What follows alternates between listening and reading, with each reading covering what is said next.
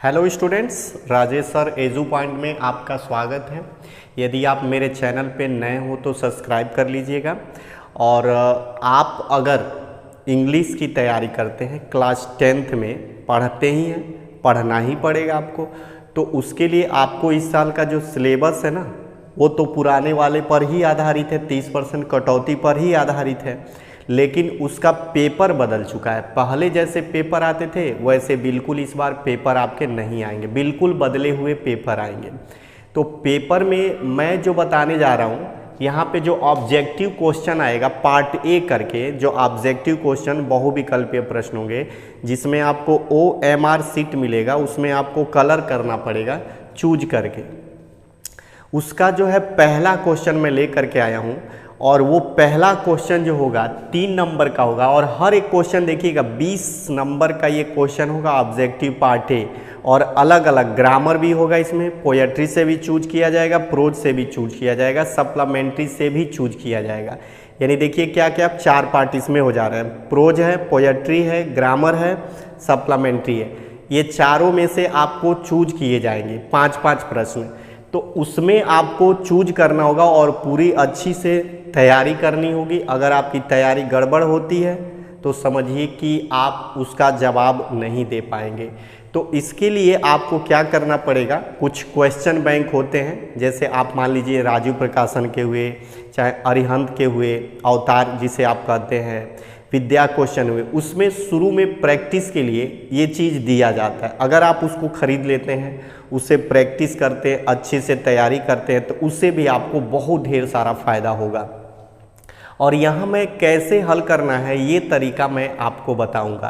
Practice तो आप ही को करनी है, मैं यहाँ पे कितना लिख के बता सकता हूँ, प्रैक्टिस आप बैठ के करेंगे, तरीका मैं बताऊंगा कैसे हल करना है, आपको सिर्फ प्रैक्टिस करनी है। जितना ज़्यादा आप प्रैक्टिस करेंगे उतना ज़्यादा आपको अनुभव होगा और बोर्ड परीक्षा में उतना ज़्यादा क्वेश्चन आप सही कर पाएंगे। तो इसके लिए मैं यहाँ पर देखिए जो पहला एकदम पहला क्वेश्चन, ठीक यही पार्ट ए में मैंने बताया ना 20 नंबर के प्रश्न होंगे, और उसमें मैंने बताया कि प्रोज, पोएट्री, फिर सप्लीमेंट्री और फिर ग्रामर पूछा जाएगा। उसमें देखिए जो पहला क्वेश्चन होगा यहाँ पे मैंने लिखा हुआ है, पार्ट ए में 20 नंबर का जो आएगा, उसमें से 3 नंबर का, एक नंबर का 3 प्रश्न पूछा जाएगा। कैसे पूछा जाएगा, देखिए क्या किया जाएगा, आपके सामने एक पैसेज लिख दिया जाएगा। देखिए वहाँ मैंने लिखा है एक पैसेज, वहाँ से लेकर के यहाँ तक मैंने लिख दिया। उसके नीचे देखिए 3 प्रश्न हैं, 1, 2, 3। उसके नीचे आंसर दिया हुआ है ABCD ABCD ABCD, 4 ऑप्शन है, चारों में से कोई एक सही है। और वो अलग से नहीं सोचना है आपको। सबसे अच्छी बात यह है कि ज़्यादा दूर का नहीं सोचना है, कि जितना इसमें प्रश्न का आंसर है वो सब इसी पर आधारित है, इसी में सबका आंसर छुपा हुआ है। आपको बस क्या करना है, सेलेक्ट करना है, पढ़ना है अच्छे से। इसको अगर आप अच्छे से पढ़ पाएँ तो पढ़िए, इसका अर्थ निकालिए, मतलब निकालिए, निकाल करके तब जा कर के आप इसका जवाब दीजिए। सीधे सीधे जवाब मत दीजिएगा, वरना फंस जाएंगे, क्योंकि गलती हो जाएगी। सारा इसका जवाब इसी में है, पढ़ेंगे, इसका अर्थ निकालेंगे, निकालने के बाद आप इसमें से उसका जवाब चूज कर लेंगे और अपने OMR सीट में गोले में काले कर लेंगे जो प्रश्न होगा। तो याद रखिएगा, आपका पहला क्वेश्चन का जो ऑब्जेक्टिव MCQ क्वेश्चन आएंगे ऑब्जेक्टिव, उसमें से पहला यही होगा आपका। सबसे पहला पार्ट ए का ये, इस बार 2 पार्ट में कर दिया गया है। पार्ट ए आपका ये हो जाएगा ऑब्जेक्टिव, और पार्ट बी जो हो जाएगा आपका डिस्क्रिप्टिव, यानी लिखित परीक्षा होगी। तो पार्ट ए में जितना क्वेश्चन आता है वो भी मैं आपको बता दूंगा, और पार्ट बी में वो भी बता दूंगा। कैसे हल करना है ये मुझसे सीखिए, बाकी आपको प्रैक्टिस करनी है। आपके पास बुक है, कई क्या ना प्रकाशन के जो क्वेश्चन बैंक है वो है, उससे आप प्रैक्टिस कर सकते हैं। तो मैं जो आपको बताने जा रहा हूँ ना, वो आपको सिर्फ एक तरीका बताऊंगा, और इसी तरीके से आपको सीखना है और हल करना है, ताकि आपको बोर्ड में अच्छे नंबर मिले। चलिए इस पैसेज को मैं पहले पढ़ूंगा, फिर इसको समझाऊंगा, फिर उसके बाद देखिए फटाफट आंसर मिल जाएंगे आपको। तो यही काम आपको करना है, पैसेज पढ़ना है, समझना है, फिर उसी का आंसर आपको ढूंढ के टिक लगा देना है। चलिए देखते हैं पहले प्रश्न क्या कहेगा आपसे परीक्षा में। देखिए, read the following passage carefully and choose the correct option to answer the question that follow. मतलब इसको ध्यान पूर्वक पढ़िए, पढ़ने के बाद इसमें से नीचे जो प्रश्न दिए गए हैं उसमें से आंसर को चूज करिए, सेलेक्ट करिए। तो इसको पढ़ते हैं। देखिए, Subhash Chandra Bose was a of India, his countryman call it. समझते चलिए, इसका अर्थ मैं बताते चल रहा हूँ। सुभाष चंद्र बोस जो है देश के महान नेता थे भारत के। His countryman call it him Netaji. देश के लोग उनको नेताजी से बुलाते थे, नेताजी के नाम से उपनाम था, नेताजी कह के बुलाते थे। Because he led them on the right path. क्यों नेताजी कहते? किसी को ऐसे ही ना नेताजी कह देंगे, हमको ऐसे ही नहीं टीचर कह देंगे, क्योंकि मैं पढ़ाता हूँ तो टीचर कहेंगे, नहीं पढ़ाता तो नहीं कहते आप। तो वो सही रास्ता दिखाते नेताजी, तो उनको नेताजी कहा जाने लगा, लोग उनको नेताजी कहने लगे। अब देखिए क्या हुआ, because he was imprisoned many times but he soon found out that more efforts should be made to make India free। देखिए उनको कई बार जेल जाना पड़ा था, but he soon found that more efforts should be made to make India free। और इसकी jail जाने के बावजूद भी वो कई बार जेल गए, इसलिए क्योंकि वो देश को आज़ाद कराने के लिए कई बार कोशिश किए थे, इसलिए उनको जेल जाना पड़ा था। चलिए आगे देखते हैं। Made to make India free. अब देखिए, British power was getting weaker in the second world वार।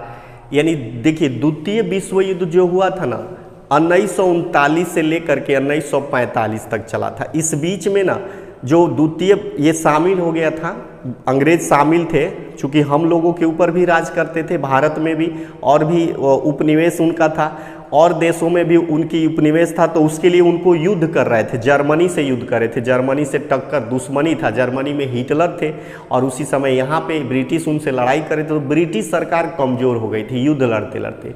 उसी में कहते हैं ना, जब दुश्मन कमज़ोर हो जाए तो आप वहीं पे वार करिए, आपका मामला पट जाएगा। यानी कि कहते हैं ना, जो कमज़ोर वक्त में आप हमला करेंगे तो खुदे कमज़ोर है, तो आपकी बाजी आप मतलब बाजी मार लेंगे। तो वैसे जो ये सुभाष चंद्र बोस थे, उन्होंने सोचा कि इस समय अंग्रेज कमज़ोर है, अगर हम उनके पीछे हमला करें तो इस समय वो भारत छोड़ के भाग सकते हैं। तो उन्होंने देखिए क्या रणनीति बनाई। तो क्या किए, गेटिंग वीकर्स यानी कमज़ोर हो चुके थे द्वितीय विश्व युद्ध में। He thought of seeking India it from all sides. उन्होंने चारों तरफ से उनको देखा, वो घिर चुके हैं। One day he escaped from Calcutta in the guise of Pathan and went to Germany. मतलब एक दिन का कि वो कपड़ा पहने, पठान का पूरा दाढ़ी मोछ बनाए, और वहाँ से कलकत्ता से निकले, आए पेशावर जो इस समय पाकिस्तान में है, होते हुए वो निकल पड़े जर्मनी के तरफ। और जर्मनी चले गए, क्योंकि जर्मनी ब्रिटिश का दुश्मन था, वहाँ ये चले गए, इनको सुरक्षा थी, वहाँ कोई टेंशन नहीं था अंग्रेजों से। अब वहाँ से देखिए पेशावर होते हुए जर्मनी गए, और जर्मनी से होते हुए फिर जापान चले गए। He organized the Indian National Army that fought many battles against the British forces। मतलब वो गए वहाँ से जापान, और जापान जाने के बाद से यहाँ देखिए इंडियन नेशनल आर्मी की स्थापना किए, सैनिकों का एक दल बनाए बहुत ताकतवर, और वो बहुत से युद्ध लड़े ब्रिटिश फोर्स के खिलाफ। He said his countrymen give, और उन्होंने कहा लोगों से कि give me blood and I will give you freedom. यानी सुभाष चंद्र बोस ने कहा कि तुम मुझे खून दो, मैं तुम्हें आज़ादी दूंगा।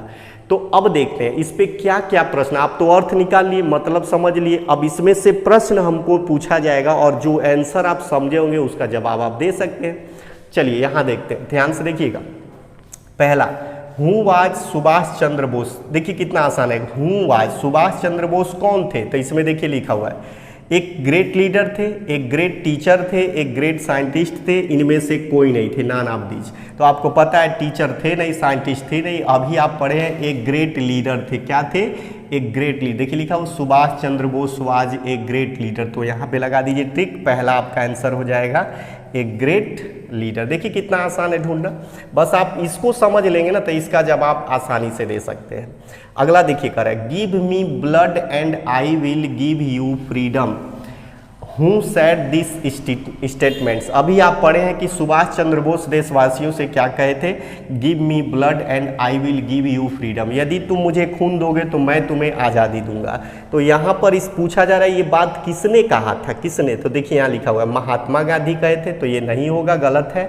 जवाहरलाल नेहरू कहे थे, ये नहीं होगा, गलत है। सुभाष चंद्र बोस कहे थे, ये सही होगा आपका। देखिए कितना आसान है। अब कहाँ से प्रश्न पूछा जा रहा है आपको पता है, इसी में से ना पूछा जा रहा है, दूर से तो पूछा नहीं जा रहा है। अगर आप इसको सही से पढ़ लेते हैं ना तो कुछ नहीं है, एकदम इजी है, आप इसका जवाब आसानी से दे सकते हैं, कोई बड़ी बात नहीं है। अब लास्ट वाला देखिए तीसरा, Indian national army was organised. Indian national army की स्थापना किसके द्वारा की गई थी? तो आप देखिए इसी में कहीं लिखा है, देखिए ना, from Germany he went Japan, मतलब जर्मनी होते हुए जापान गए और वहाँ जाकर उन्होंने क्या किया? सुभाष चंद्र बोस ने इंडियन नेशनल आर्मी की स्थापना की। तो इसके आंसर कौन हो जाएंगे? देखिए ए ही पर है, सुभाष चंद्र बोस। और आपको मैं बता दूं कि ये तीनों क्वेश्चन जो पूछे गए हैं सब एक एक नंबर के हैं। ये भी एक नंबर का है, उसके बाद वाला ये भी एक नंबर का है, उसके बाद वाला ये भी एक नंबर का है। तो ऐसे आपको दिया जाएगा पैसेज और पढ़ना है, पढ़ करके जवाब देना है आपको, और सब एक एक नंबर के प्रश्न आपसे पूछे जाएंगे। और इसलिए आपके प्रैक्टिस बुक में, या यूँ कहिए आपके पास क्वेश्चन बैंक होगा, तो उसमें से आप ढूंढ लीजिएगा और उसमें जितना ज़्यादा आप प्रैक्टिस कर लेंगे आपको फ़ायदा होगा, और ऐसे ही दिया जाएगा। तो पहला क्वेश्चन 3 नंबर का पार्ट ए में यही होगा, जो ऑब्जेक्टिव यानी MCQ टाइप का क्वेश्चन होगा। इसके बाद दूसरा क्या आएगा वो मैं लेके अगले वीडियो में आऊँगा। तो फिर से आप मेरे चैनल पे नए हो तो सब्सक्राइब कर लीजिएगा। फिर मिलेंगे अगले पार्ट में, अगले वीडियो में। तो धन्यवाद।